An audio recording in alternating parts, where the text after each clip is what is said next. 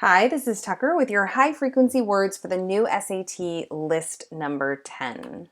The first word is adversarial, and this describes, it's an adjective, it describes a relationship that is kind of hostile, where there's like hostile opposition. So I sometimes think about sibling relationships. If you have a brother or sister, often those relationships can be kind of adversarial sometimes, where you're angry at each other and you're fighting and you're snipping at each other. But I also think about kind of like the animal kingdom and how often animals' relationships are very adversarial, where you will see two males who are very hostile and opposed to one another because they're trying to figure out who is the dominant male. And so oftentimes that will lead to like a fight, a violent conflict.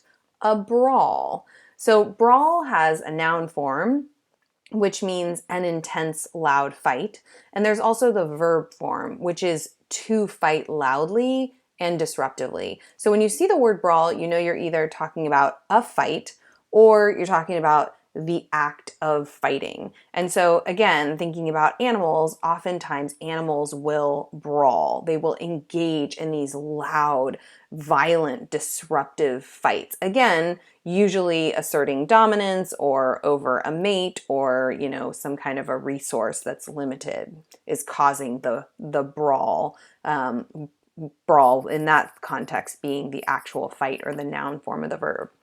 The third word is coincide. This is a verb and it means to happen at the same time. So if two events coincide, it means they're taking place on the same day, same time, which sometimes isn't a big deal unless maybe you're driving into the city because you're going to a big basketball game and it's the finals, and then you realize as you're sitting in traffic, oh my gosh, the game is coinciding with a Beyonce concert. And now there's all of these people going to this game and going to the concert because they're coinciding and they're happening at the same time. The freeway is an utter parking lot and you're barely moving. Diligence is a noun, and it is the quality of being committed to a task. Somebody who demonstrates diligence is buckled down, they are super focused. It is that idea of really committing to what you're working on and not being distracted. So when I think about, college students have to demonstrate diligence at least some of the time if they're going to get through their workload. There needs to be a real commitment to their work. Endure. Endure is a verb, and it means to withstand something, to sustain, or to hold out against something. And often to endure, it almost suggests that like whatever it is that you're withstanding or you're sustaining or holding out against, it's really challenging. It's not an easy task. So, if you're going to endure a marathon, you have to be willing to be uncomfortable and be in pain and stick with it even when your body is screaming for you to stop. Indiscriminately is an adverb, and remember, adverbs describe how we do something, and it means randomly or with little or no distinction. So if you do something indiscriminately, you do it kind of randomly. You don't do it with a lot of thought about what you're doing. So I saw this picture and I think about, if you're young, you're playing spin the bottle, you are basically setting yourself up to kiss indiscriminately, right? It's going to be totally random that you're going to kiss somebody in this circle, whoever this bottle turns toward. There's little or no distinction, or you have not made a choice. It's just happening at random, totally indiscriminately. Potent describes something that has a great influence or like great power of some kind. And so oftentimes drugs or medication can be incredibly potent because that's why they have the really explicit detailed directions for how to take them, when to take them, do you need food when you take them, because they can be so potent, they can be so powerful.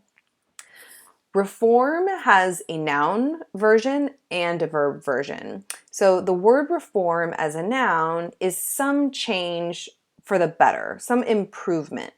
The verb form is to improve something via or by changing it. So oftentimes when I think about the word reform, I'm really thinking about laws that we're changing or reforming to improve them. So, you think about the Supreme Court, like they're often hearing cases about things that they decided or the previous justices from years and years ago decided to figure out, do we need to reform this law? Do we need to change and improve it because maybe it wasn't a great law, or maybe times have changed and we want to update the laws. Scandalous is a great word, and it's an adjective, and it describes someone who is morally offensive, often causing damage to one's reputation. So if something's described as just like, oh my gosh, that's scandalous, it's either offending somebody's morals, their virtues, their values, or it's actually like causing damage to somebody's reputation. So often when I think about, those trashy magazines on the shelves in a supermarket or as you're checking out, like some of them are totally scandalous, right? They're saying things about celebrities that are clearly not true, and they could potentially ruin somebody's reputation. Taut is an adjective, and it describes something that is pulled tight. So if you've ever seen somebody who's had like too much work done on their face and it looks really pulled tight, you could say their skin is very taut. Or if you're playing tug of war and you get two groups of people pulling on a rope, that rope is likely to be very taut because it's being pulled very tight from both sides.